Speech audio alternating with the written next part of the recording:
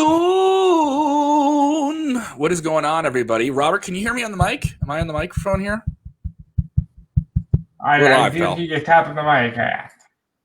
I hear you tapping the mic. Yeah. You wanna? You wanna clap near the camera just so we're clear. Are we good? Yeah, you're on the right mic. You're on the right mic. Good. We're real professional here, folks. Yeah, we're real professional. Something we should have figured out before we went live tonight.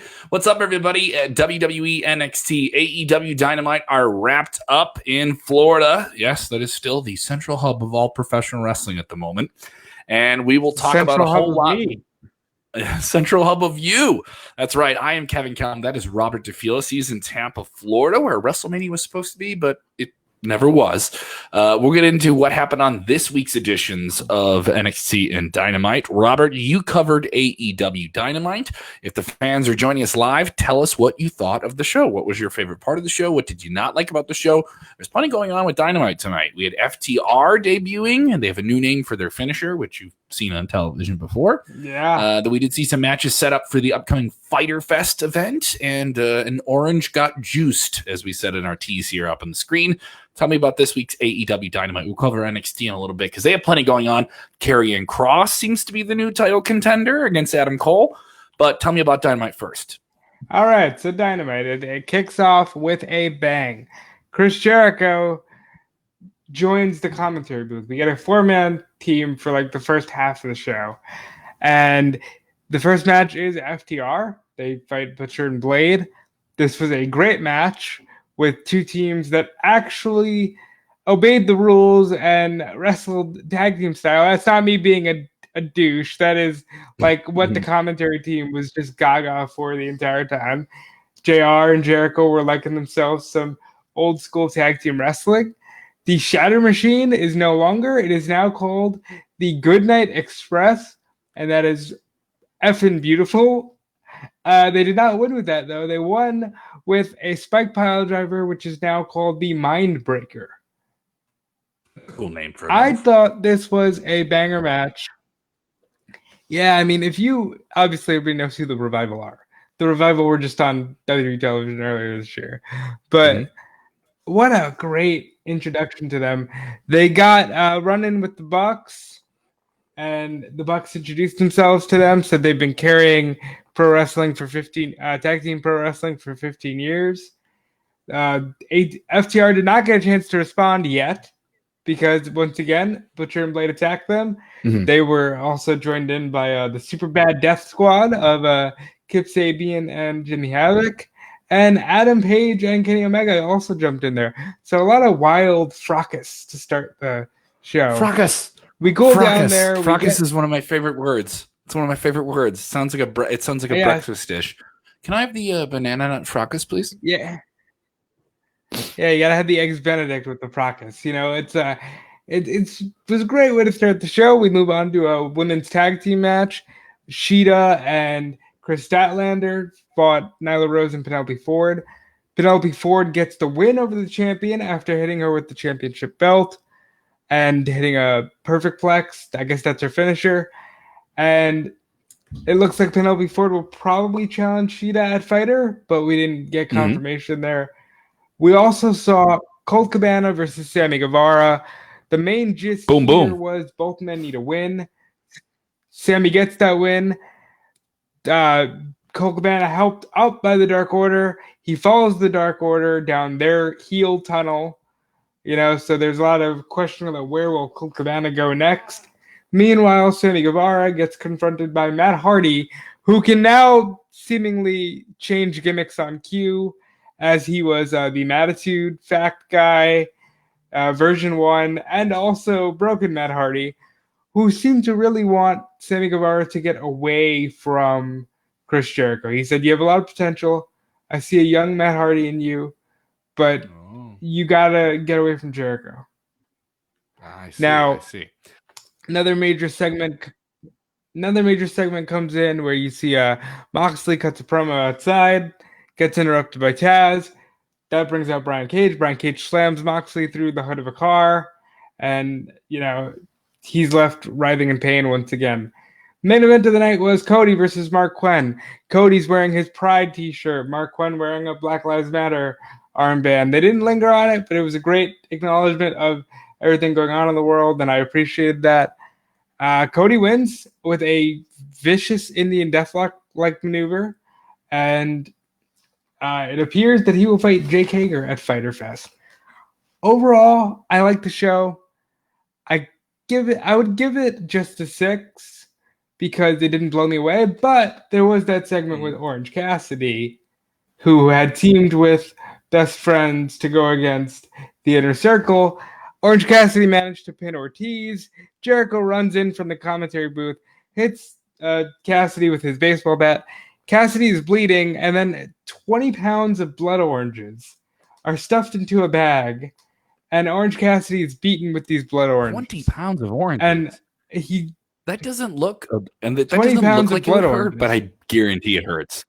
Yeah, it's 20 pounds of fruit hitting you. That can't be good. And I gotta tell you, do you think they squished the fruit? Do you think Chris Jericho went through the grocery store and like squeezed each one? Oh, this one looks good. Like this orange looks like it'll hurt somebody. It's some of the things with Orange Cassidy are so ridiculous. I think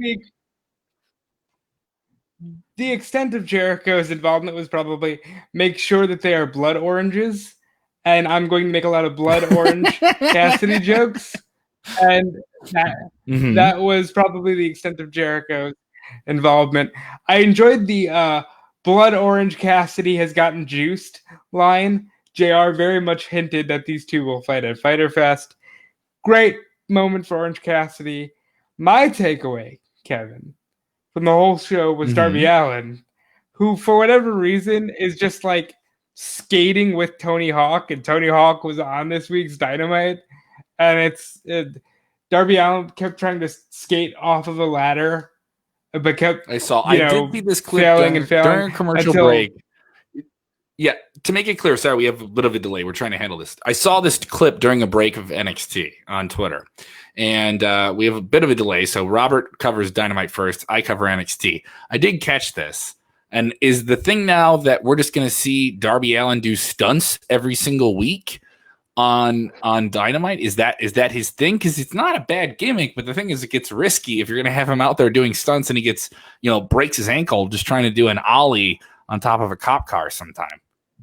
Well, no, the gimmick is he's Orange Cassidy and he doesn't give a shit. Like, I'm sorry, Darby Allin. Orange Cassidy also doesn't give a shit, but Darby Allin. No, Orange Cassidy also does not give a shit either. Yeah. But Darby Allin is on another level.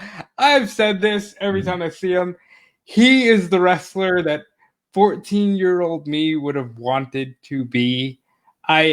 I feel like Darby is just a star in the making.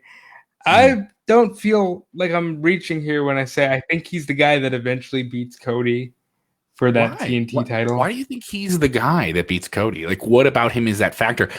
I get the potential with him. I haven't seen it cashed in, but everything about AEW is potential right now. They have a lot of big stars. They have some people that have already proven things. They have some great numbers already. They've had stronger numbers than NXT, but you see some successes. But in terms of the long-term payoff guys, everyone points to Darby in that scenario. I see it too, but it never seems like they're pulling the trigger with him. Do you think it's just delayed gratification with him right now? It's a slow burn. It's a slow burn, and it's one that's going to be really great when the payoff gets there. I not only with Darby Allin, we saw Joey Janela get plugged into a vignette where he's drinking at a bar. He doesn't know where his life is going. He's like, maybe my best days are behind me. Great video package for whoever does their stuff. They deserve, a lot of praise for this. And Sonny Kiss actually kind of takes Joey Janela into his car and is like, what are you doing here? And he's like, oh, I've just been drinking. And they drive off. So looks like they're going to be a tag team. I'm here for that. I want them to get a lot more success as Northeast guys. And, I just think they've been a little underutilized. But I'm excited to see Janela and Sonny, more so than Janela even, find their way. and find a niche for themselves. Yeah, there is that thing, and I mentioned it with Alan, and you mentioned now with Janela and guys like Sonny Kiss. AEW has a deceptive level of depth. They really, really do. They have a lot of guys that can do a lot of really dynamic and unique things. And the factor that they put a very unique pairing of the Jersey bad boy who just, feels like he walked out of a Bon Jovi music video, and Joey Janela, with the most flamboyant, openly gay wrestler that you could think of right now. I mean, I think he's a guy that's a really cool pairing. I like that idea. That's a fun thing to do. And I don't think anyone's doing that, and saying here are two people you don't think would be a great tag team. Let's put them together. We've seen them together on Dark. I would like to see them be more of a prominent, full-fledged, full-time tag team. And I know Joey Janela is a guy they're always going to think can do the great death matches, the great hardcore things. I don't think Dynamite wants that every week. I don't think they want it every week because then it gets burnt out, and then it doesn't mean anything, and you need it for pay-per-views. And certainly those matches can define somebody, but I don't think it's safe to do that this long in the game. And this is Janela who's coming off breaking his leg right before AEW got the ball rolling. I do think he's a guy who could become a personality player, much like Mick Foley made that transition, really. So I like what they're doing there. So overall, what do you think of AEW? We're a few weeks out of Fyter Fest. What's hot on the stove for that big event coming up here? They're really leaning into this. Every championship gets defended. Mm-hmm. That's cool. I'm not crazy about the presentation of the, we're going to split it into 2 episodes of Dynamite. I'd rather the free BR Live, like the way they did it last year. But I think it'll be fun. And I think Jon Moxley needs to kick himself into the main event picture again, because I get it. Mm-hmm. Moxley's an established guy. I'm 100%. I respect that. I'm with that. Mm-hmm. He needs to be in the closing segment of every show. He is the guy. He should be the guy that everybody wants to see close the show. And they have so much depth. And I think they think that it's like, well, look at us. We're AEW. Our TNT championship can close the show. Our tag teams can close the show. And yeah, that's cool. But it's all about the big. It's cool to say. It isn't cool to do. Yeah, because at the end of the day, it's always going to be about the big platinum and about what the champion is doing and where the champion is going next. Mm-hmm. Yeah, I absolutely agree with you there. So what do you give it? 1 out of 10. We always go to the 1 out of 10. You get 7.5 because I like. Give me that again. I just heard a little bit of you. What'd you say? 7.5, Kevin. I liked the idea of what they're doing with the personality profiles. I loved FTR's debut match. I make no bones about it. I'm a complete mark for those dudes. They're the best. I am looking forward to them in AEW. Jericho's on point as ever. A lot of just everybody's on point. Everybody's playing their role and they're playing it to the hilt. Speaking of Chris Jericho, he was on WrestleZone today. Hell yeah, he was. Yes, he was. And he said quite a bit. Now, we got a whole lot of Chris Jericho and Orange Cassidy tonight. And that's pretty much been the thing for the past 2 weeks. But the thing that got AEW the most attention this year, the most media attention this year, wasn't Chris Jericho and Orange Cassidy. It was Chris Jericho and who, Robert? Iron Mike Tyson. That's right. So we spoke with Chris Jericho about his new musical project this week, and that is up now on WrestleZone's podcast channels. You can search WrestleZone Radio. It comes up on iTunes. Search WrestleZone everywhere else you subscribe to podcasts. Keep doing that. We're going to be doing a special contest on the podcast feed. Podcast only. Okay? There will be some podcast only things we have coming out every Friday on top of what we're doing with streams and different stuff like that. So keep your eye out for that. The interview is really, really cool because you get a real sense of what he's doing with the musical project. Because here's the crazy thing. He tells us something. He hasn't met some of the people he's doing this band with. They're doing it all over the internet. It was really, really cool. If you're a big fan of Kiss, I highly suggest you go check it out. And on top of that, he tells us that there's more to this Mike Tyson thing than just a media stunt. He wants the match. He wants the match with Mike Tyson. And I'm just like, okay, Mike Tyson's been involved with wrestling on and off for years, but he's never had a full-blown match. He's been involved in angles, and he's punched a couple people, including Chris Jericho. But this is something here, man. I mean, if you were to do this, that would be a lot of money. I think there'd be a lot of interest in doing a full-fledged match, even if it was just okay. Chris Jericho said something I thought that was a little more alarming in this interview.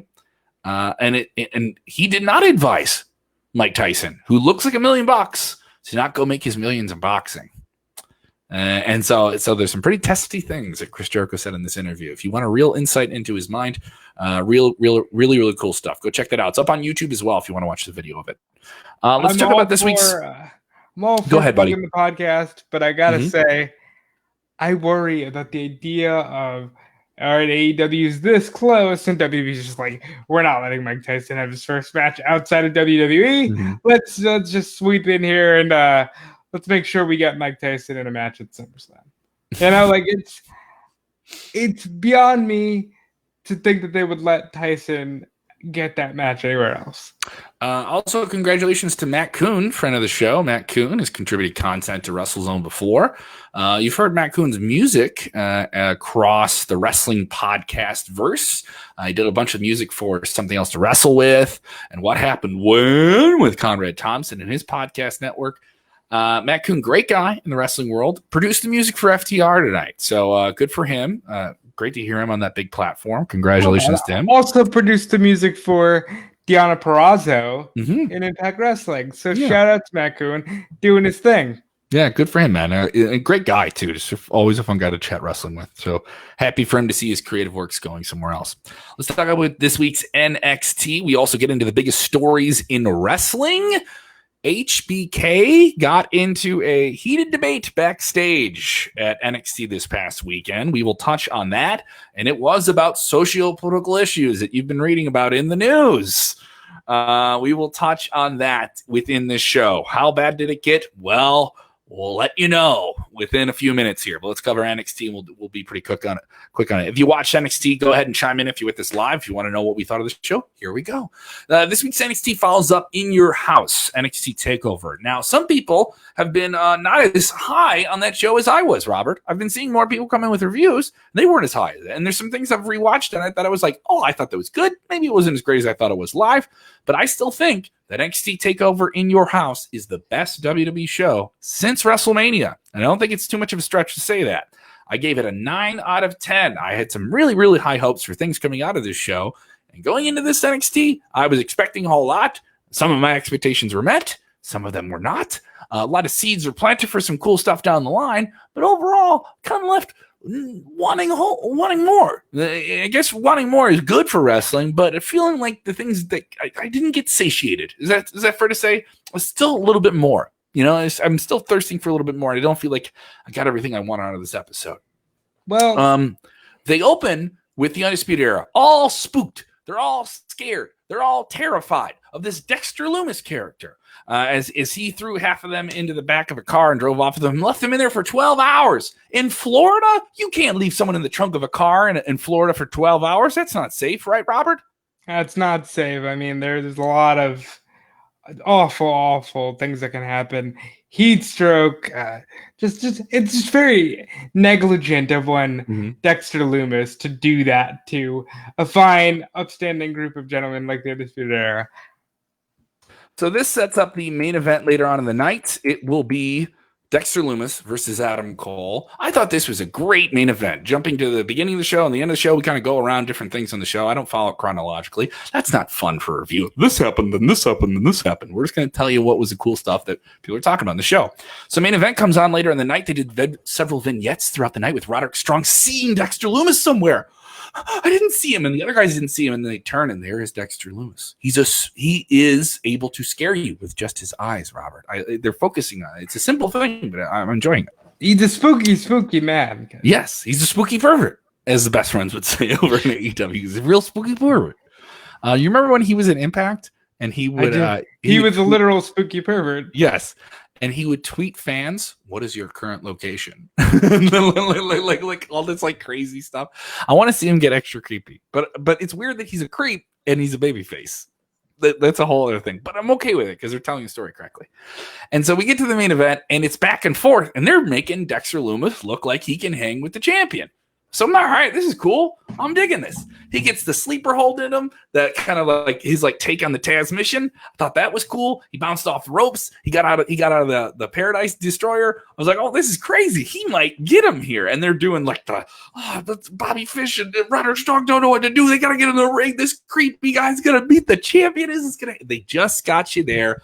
And then Bobby Fish grabs the referee. Roderick Strong does the Pele kick, knocks him off, and then he hits him with that big running knee, and he gets out of there. It's another undisputed match where they cheat like the NWO. Everyone praises Adam Cole, but he tends to cheat his way out of big matches quite a bit. Now, it's worth noting this is not a title match. Velveteen Dream lost at TakeOver, so he can't be the champion anymore, but somehow he ran out there and fended off Bobby Fish and fended off Roderick Strong, and the lights went out. All right, and there's Adam Cole. And there's a spotlight on him. And then there's a new spotlight. That spotlight is the Brock Lesnar of NXT.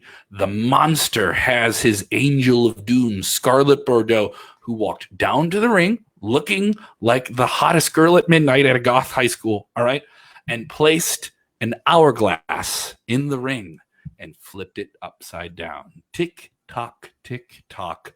The sands of time are dripping for one Adam Cole, and will he fall and prey to Karrion Kross in the future? The symbolism, I like the aesthetic.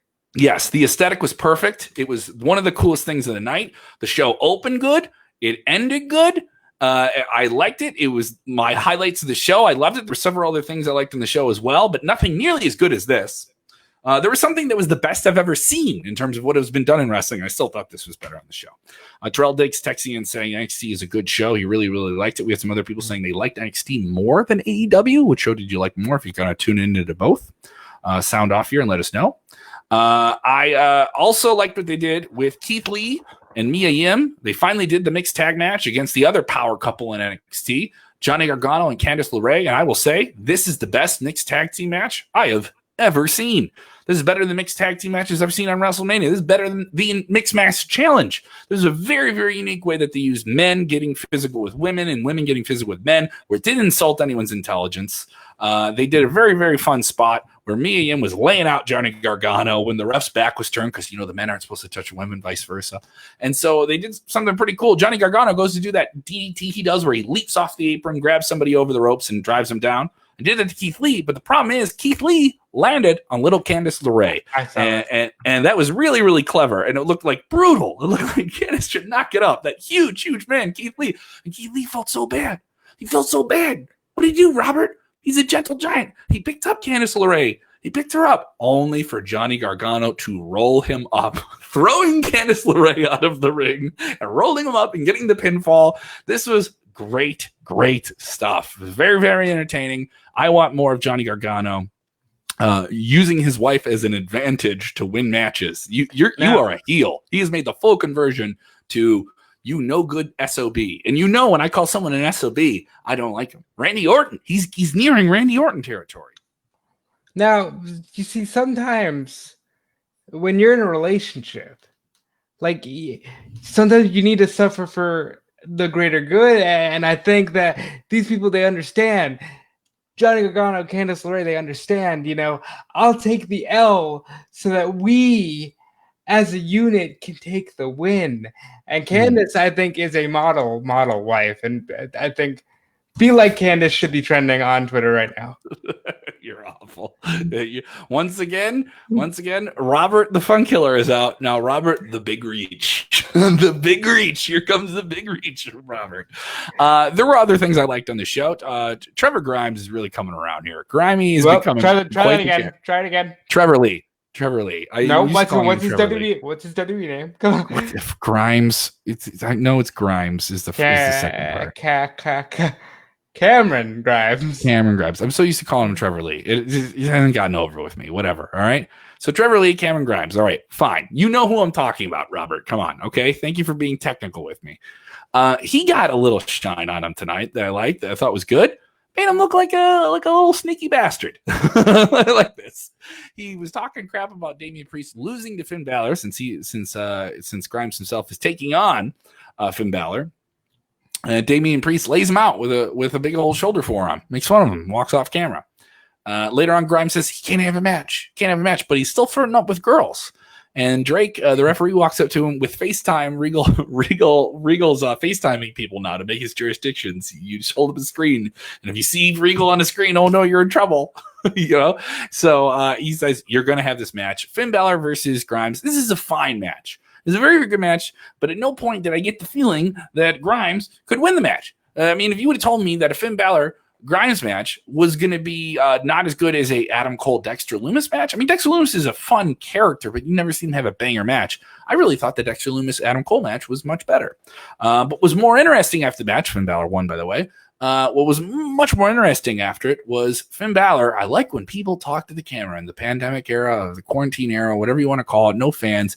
When someone talks to the camera, it's so much more provocative. And he talked to the camera, and he did his finger guns, right? He just finger guns, and he says, Keith Lee, I'm coming for that title. I was like, all right, okay, cool. If this was what it was about, if this is what you were building up to, I'm okay with it. But it didn't leave me like super pleased. It was Finn Balor. It's one of your biggest stars. I will say this about Finn Balor in NXT. I've not gotten the sense that Finn Balor in NXT is a huge deal. And it should be a huge deal. Am I wrong? It should be a big deal. I think it suffered from a lot happening at once, right? So Finn Balor came, and then same night, Ciampa comes back, and then we fast forward, and Balor gets through Gargano, but same night, Gargano turns heel, and once again, the focus is off of Balor, and then things just keep happening that push Balor to the background. Mm-hmm. And Balor's star power is carrying the fact that he's on the show. I do think, had Walter been allowed to wrestle, we'd have seen great Finn Balor-Walter matches. I do think Finn Balor is one of those guys that circumstantially got hurt the most by what's been happening. Yeah, I think not only by what's been happening, but just by NXT being in such an experimental phase that the experiment of Finn Balor going back to NXT suffered because of all the other experiments going on in NXT. That makes sense. Other developments throughout the night, they did set up some things with Dakota Kai, looking like she's going to go after Io Shirai. I thought Io Shirai ended the NXT TakeOver pay-per-view. Where is she on the show? Why is she not on this show? I don't understand why she's not on this show. It didn't make any sense to me. They did feature her in a segment where they kind of went through all the people reacting to her big title win, including Mauro Ranallo losing it on commentary from home. Shinsuke Nakamura reacting to it, fans at home watching the show. I thought that was neat. If you want to go with the divisional kind of change and force into a new babyface, I thought that was fine, serviceable. But I wanted Io Shirai, so I was underwhelmed by not seeing her. I did like this though.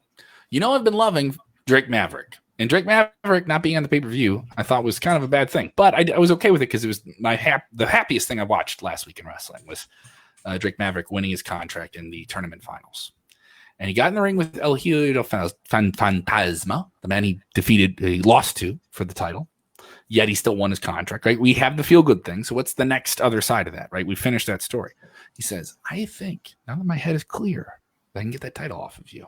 This turns into those mass luchadors coming down to the ring. We've seen what do they have involved with El Hijo Fantasma.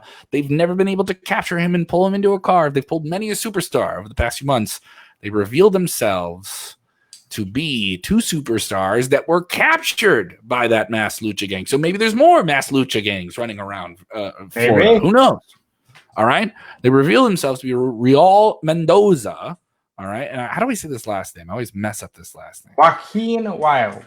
I always mess up saying the name Joaquin. Joaquin Phoenix, the actor? I always mess up saying Joaquin Phoenix. So I've already messed up one name tonight. I don't want to mess up any more names. So they reveal themselves. They take off their masks. It's like, oh, wow. The whole performance center reacts to it as they beat down Drake Maverick. Then El Hijo de Fantasma takes off his mask. His new name is I Am Santos Escobar. I am the NXT champion, and no one can touch me. Now, the two of you jump off these top ropes and drop kick this guy. And it happened, and it was cool. And I was like, all right, You have a mask, you took it off, and you're a champion. That's interesting. All of it's interesting, but enough of it like went through the ceiling for me. So I did like the Adam Cole stuff. I did like Karrion Kross. Obviously, that's a cool main event. There was a lot of things that were set up on this, but usually when you come out of pay-per-view, you feel like you're red hot and you're going to get a bunch of banger angles. This felt a little underwhelmed. Yet, when I actually look back at it, it was probably more entertaining than I thought. So yeah. I'm giving the show. Some people have given it an 8 in the chat out of 10. That's our rating. If you're watching, if you're in the podcast, go ahead and give us a comment there as well. If you're watching on demand, I would say this was a decent 7 out of 10 show. Go seek out Dexter Lumis versus Adam Cole if you're just checking out for clips or different stuff like that. They're really, really cool ending. If you're a fan of everything with Karrion Kross, I think you'll absolutely love the end of the show. I do like where things are going. What do you think of Karrion Kross already getting put into the title picture? Not a fan of it. Not a fan of it. Because there's just other avenues to go. Karrion Kross, Finn Balor. Karrion Kross, Keith Lee. Finn Balor, Adam Cole. Keith Lee, Adam Cole. I just don't think that you're jumping to this point. And we don't have a definitive babyface and heel. And you can argue, well, Adam Cole gets cheered in every match he's in. He's already a babyface. But he doesn't act like it, you know what I mean? Like, we haven't seen anything definitive. Just jumping into questions here about the shows tonight. I do like this question from Jay Feliciano, a man who knows so much about wrestling. If you've ever been able to meet Jay, thank you for tuning in, Jay. Always fun to hear from you. He says, are WWE subliminally teaching future live crowds and fans when to cheer, when to chant, heel and face via the current audience, which is obviously NXT trainees and recruits? Fall and play, no one will survive. The Prince, EO. I would say, yeah, I do think they are training future crowds when they go to see this live. But I think that's a crowd mentality. The mob mentality takes over. But is that something that you could think is disingenuous because, hey, here are the trainees and we can tell them when to pop for, who to pop for, who not to pop for? I mean, I bet AEW is doing the same thing. I don't hold that against them. They're trying to produce a wrestling show with crowd responses that you can in these uncertain times, these new normals. Like, all right, you said the thing. You said the uncertain I said we need a new normal countdown. We need a clock, like a ticker in the corner, like every time I say new normal, or reference the pandemic or quarantine. We should have a ticker, like which one do I say more? So I think you have to, and initially you're going to have to, because especially if you want to make these characters and say tomorrow, I don't think it's going to be tomorrow. Say it's a month from now. Say it's 2 months from now. I don't think we're going to get a vaccine, but say we get a vaccine and then the green light is go. Like we're going to have a vaccine. Everyone's going to be able to be vaccinated in a month or something like that. Like go. You're going to want crowds to know who to chant for, everything like that. And there will be another kind of gap period where people kind of catch up on things. But yeah, I would say they're absolutely trying to do that. Yeah, and I'll go a step further. I don't think there's anything wrong with it. No, I don't think there's anything wrong with it either. You kind of produce stories to get certain reactions. They're absolutely trying to do that. This man is the number one fan of WrestleZone Daily, and we hope you are the number one fan, because if you're watching the show and you've watched it more than once and you're not sharing the link and you're not subscribing to WrestleZone in your favorite podcast app or YouTube, you stink. If you don't share the link, you don't subscribe, you stink. That's what I say. But this man, he don't stink. He smells fresh and clean. Oh, so fresh and clean. Outcast tell him he's so fresh and so clean. James Espanto Fernando Aguay texts in, and he says, "But cool, Robert, is Finn Balor underutilized? Could a feud with the returning Pete Dunne reignite Finn Balor? When are we getting Pete Dunne back in NXT? He's stuck over in the UK. I don't know how that's going to work out." But is he underutilized? Do you think they're not using a superstar, a big superstar like Finn Balor? Yes, he's underutilized. Finn Balor. It's a weird case because, like, through no lack of trying, but for whatever reason, ever since the initial NXT run ended, he's just felt underutilized. He's just felt like he's missing a step, like he's lacking. I don't know, but do I think a feud with Pete Dunne could do it? Yeah, but I also think a feud with Karrion Kross could have done it. I think a feud with, a lot of people on the roster can do it. It's a matter of where do you want to plug Finn Balor in. Speaking of plugs, I do want to remind you, friend of Chris Jericho, that interview is up right now over on the podcast feed. I mentioned it earlier. I highly suggest you go check it out. We will be loading that up here for another stream later on tonight. If you want to catch it and just watch along with it, we'll have that up there as well. It's up now on YouTube, Facebook, and the podcast feed. A lot of stuff to say there about Mike Tyson. Go check it out. Other stories we're following over here at WrestleZone.com. Shawn Michaels got into a heated debate with another WWE producer backstage this past weekend during the tapings or broadcast, depending on what part of it was live. We don't know, but they were producing NXT TakeOver. And this debate was reportedly heated based on your one friend, Sean Ross, at Fightful.com. All right. So I just want to get it in there. I'm not even going to plug Sean. I am going to promote a Sean, but it's not Sean Rossap. Okay. You know how sometimes you grow up and you find out that your heroes are pieces of crap? Yes. I love this story so much. I was plugging it everywhere I could because to hear Shawn Michaels shut down a producer, unnamed, I don't know who it is, but maybe we will find out one day. Sure. To hear him shut down a producer who tried to say that, I don't know what all this is about. It's not a thing. I don't know what all this is. And Shawn Michaels reportedly gave him the business. Shawn Michaels has been quote unquote the business. Shawn Michaels has been leading the business since the 90s, and he gave this person the business. And this just made me happy, Kevin. It's a good thing when your heroes aren't giant pieces of shit. And I am so happy that I am a Shawn Michaels fan. The end. The reaction to this was pretty big over on Twitter. A lot of people responding to it, a lot of people theorizing who that person could be. And then also, I'll say this too. And I will always check idiots on the internet who talk like they know something and have clearly exposed themselves as knowing what, Robert? Nothing. What do they know? Nothing. All right. So here's the thing. If you comment on a story on social media and the link to the story is right there below the headline that got your attention, but the thing you comment is completely showing that you didn't read the story, delete your comment. Delete it. We don't need your engagement of stupidity. Like, we don't need it. And I feel like I'm talking down people, but I'm talking you up here. Delete your comment, go read the article, and then comment. Like, there are so many people commenting about this saying like, well, it's obvious that, I've always thought that Shawn Michaels would say something racist. Here's the thing. That is the absolute opposite of this story. This is the complete opposite of this story. Because there's a lot of people reading the story and then rushing to some conclusion that could not be reached if they didn't read it. So, Robert, you're going to say something. Go ahead. Shawn Michaels might be 50 plus from Texas. Yeah. Shawn Michaels may look like he is the forefather of the Forgotten Sons. But I promise you, old HV Shizzle ain't having none of that racial inequality bullshit.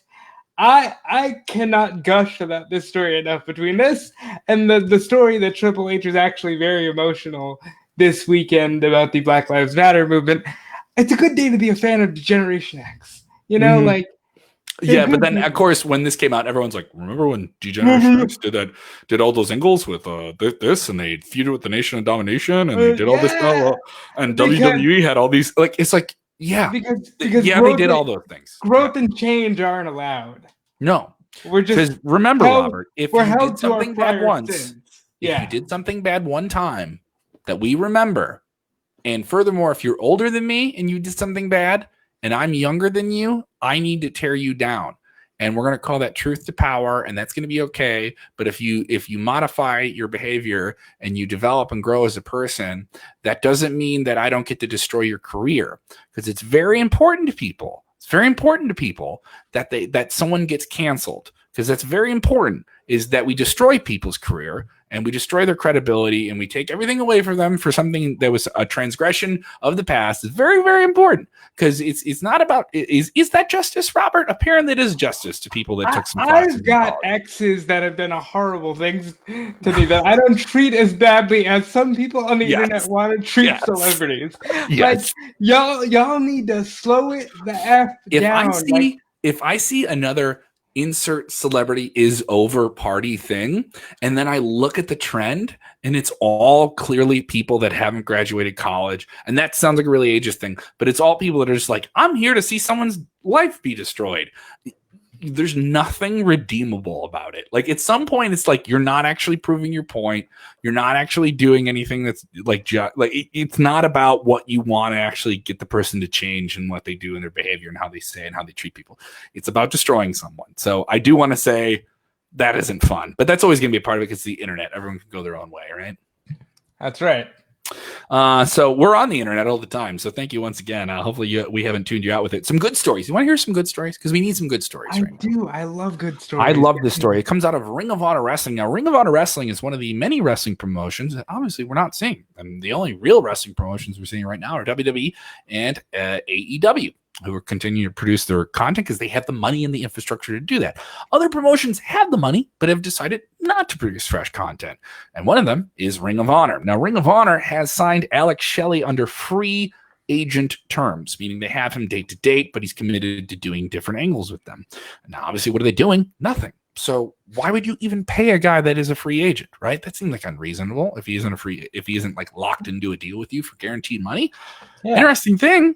He goes on Twitter this week and says, also, let me add some positivity. Ring of Honor paid me for numerous shows that I had agreed to. This is despite the fact that I am a free agent and currently available to and negotiating with other companies if I am being forthright and honest. This was so wildly appreciated. They paid a wrestler who they didn't have under contract, who they were negotiating a deal with. They could say, hey, we can't pay. We're not going to pay you this deal. And they would be justified in doing it. And I don't even think the wrestler would be mad about it, right? Or could they paid him. How good is that? Like, you don't have to do that. There's so many independent wrestlers. Awesome. There's so many people in wrestling that are like struggling right now that you don't see on television that were trying to make their hand. I think that's a great, great thing. I love that story. I know we won't get into it because why get into a super positive story like that? But I mean, what do you think of a Ring of Honor coming out of this thing? Because they had some really, really good momentum before the pandemic kicked in. They were getting somewhere. Yeah, I think that Marty Scurll signing was a big, big thing for them. The fact that they signed Marty Scurll and locked him into a deal. But you got something there with Marty Scurll. You just gave me a point there about Marty Scurll. You know, I really, it's my hope that they just take this time in the quarantine and all this non-wrestling to like revamp. I want to see new logo for Ring of Honor. Oh yeah, I don't like the logo reeks of like affliction tattoos from the early 2000s, and that's fine because like it was brought up in like 2009 or 2010, but it's dated now, and I don't think there's anything wrong with freshen up your logo, freshen up your marketing. Just continue building your brand. You have a cool shot here. They're doing some great stuff with the Pure Championship tournament. I'm a fan of that. They're doing a lot of good stuff with their women. You know, I'm a fan of that. But get a little stepped up with your branding, freshen it up a little bit. Say, hey, we're the new Ring of Honor. You know, we're gonna really go back to what made us strong in the first place. I think they have a good shot to do something like that, and I hope we see that in the future. Now, on a day when NXT revealed that after this Sunday's pay-per-view, Backlash, which will see the WWE Women's Tag Team Championships defended on a pay-per-view for the first time in a long time. And these championships currently held by Sasha Banks and Bayley of SmackDown. Those championships, win or lose, will be defended on next week's NXT, with Shotzi Blackheart and Tegan Nox getting a shot. A lot of people like that on tonight's show. I didn't mention it. I want Sasha and Bayley to win now, just because I want to see that particular match.